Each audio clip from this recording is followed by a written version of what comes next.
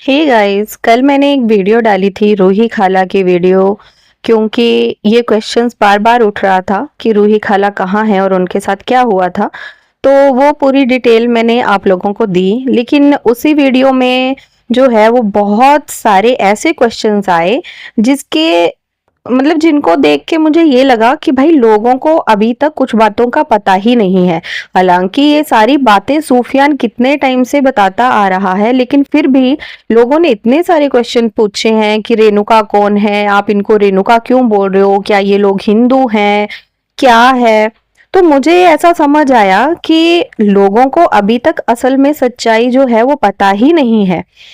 सूफियान ने अपनी वीडियोस में, स्नैपचैट में, हर जगह ये बातें बताई हैं, लेकिन फिर भी पता नहीं लोगों ने ये क्यों पूछा, शायद आधे लोगों को पता ही नहीं होगा। तो मैंने सोचा चलो आज उनको बता दिया जाए कि पूरा मामला क्या है। देखिए, आप जानते ही हैं दीदी जी को, यानी पिदा को, मैं यहाँ पे पिदा मैडम की बात कर रही हूँ, और उनकी अम्मी को, जिनका नाम आप लोगों ने रोमा या फिर रोमाना सुना होगा, है ना। रोमाना है या रोमा है, शॉर्ट में रोमा बोलते हैं।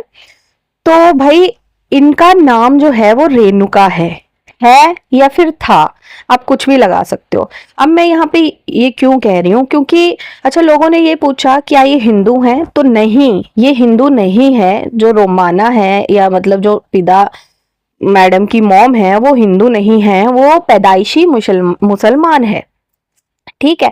लेकिन हुआ क्या कि उन्होंने किसी हिंदू के प्यार में पड़ के एक हिंदू से शादी कर ली, और वो हिंदू था बंगाली, कैलकाटा का रहने वाला, और सुबर्तो उसका नाम था, ठीक है। यानी कि पिता के बायोलॉजिकल फादर जो हैं, जो रियल फादर हैं, उनका नाम सुबर्तो है, ठीक है। अभी जिन अंकल के साथ ये आंटी रह रही है, पिता की मॉम रह रही है, वो पिता के असली फादर नहीं है, ठीक है। ये सूफियान का कहना है। यहाँ पर कोई भी आके मुझे ये सारी चीजें नहीं बोलेगा कि तुम ऐसा कैसे बोल सकती हो। ये सारी बातें मैं सिर्फ और सिर्फ जो सोशल मीडिया पर डिटेल्स मौजूद हैं और जो सूफियान ने दावे किए हैं, उन्हीं बातों के ऊपर मैं बात कर रही हूँ, ठीक है।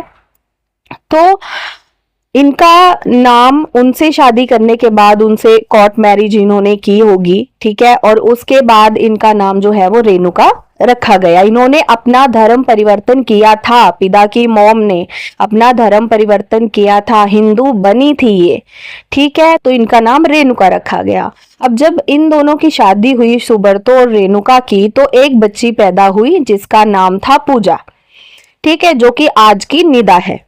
उस टाइम पे उसका नाम पूजा था, और आज तक भी बहुत सारे डॉक्यूमेंट्स में जो है कई जगह पे इसका नाम पूजा ही है। अभी तक वो चीजें चेंज नहीं हुई हैं।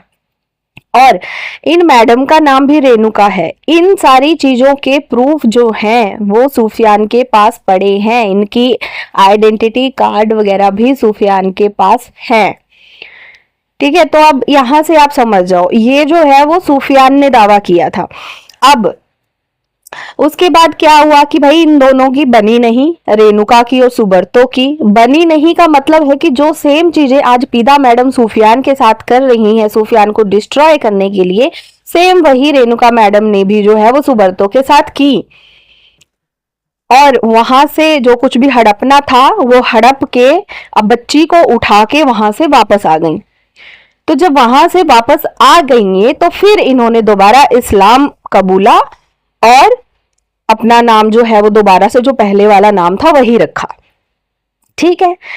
अब रही बात पिदा मैडम की, तो इनका नाम पूजा है, अभी तक भी डॉक्यूमेंट्स में पूजा ही है, और मे बी चेंज करवा दिया हो, मैं इतना श्योर नहीं कह सकती, क्योंकि सुफियान ने तो यही बोला था कि इनका नाम ये है और मेरे पास आइडेंटिटी कार्ड वगैरह पड़े हुए हैं। आइडेंटिटी कार्ड पड़े हैं, इसका मतलब है कि अभी तक वही सेम नाम जो है वो इनके चल रहे हैं, अभी तक चेंज नहीं हुए हैं।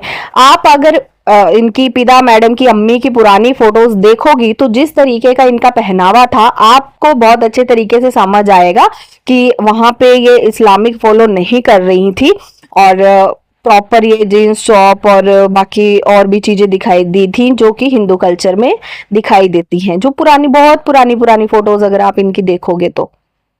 ठीक है, तो ये थी भाई पूरी कहानी कि इनका ऐसे ऐसे इन्होंने किया था, किसी से शादी की थी। उसके बाद जो अभी सो कॉल्ड इनके हस्बैंड है डड्डू, मतलब जिनको पिदा मैडम डड्डू बोलती हैं, वो इनको मिले और ये पिता की मॉम से 10 साल छोटे हैं।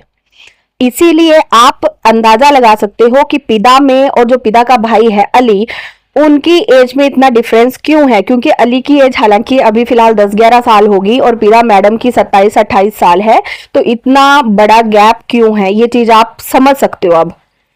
ठीक है, तो ये है मेन रीजन। अब कुछ लोगों ने कहा कि अब आपको समझ आ गया होगा भाई कि ये हिंदू है या मुस्लिम है। ठीक है, अगर आप उसमें साइंटिफिक तरीके से चलो तो पिता मैडम के अंदर एक हिंदू का खून है। ठीक है, ये बात को इनकारा नहीं जा सकता, पिता मैडम के अंदर एक हिंदू का खून है। अब जो पैटर्न माँ ने किया, शुरू से करती आई, वही आगे बेटी भी कर रही है सेम चीजें। और बेटी तो एक बार नहीं, 2-2 बार कर चुकी है, एक्स हस्बैंड एंड अब सुफियान, है ना, ये सारी चीजें। तो यहाँ पर फिर कुछ लोगों ने बोला कि भाई अब यहाँ पे रूही खाला कहाँ आती हैं।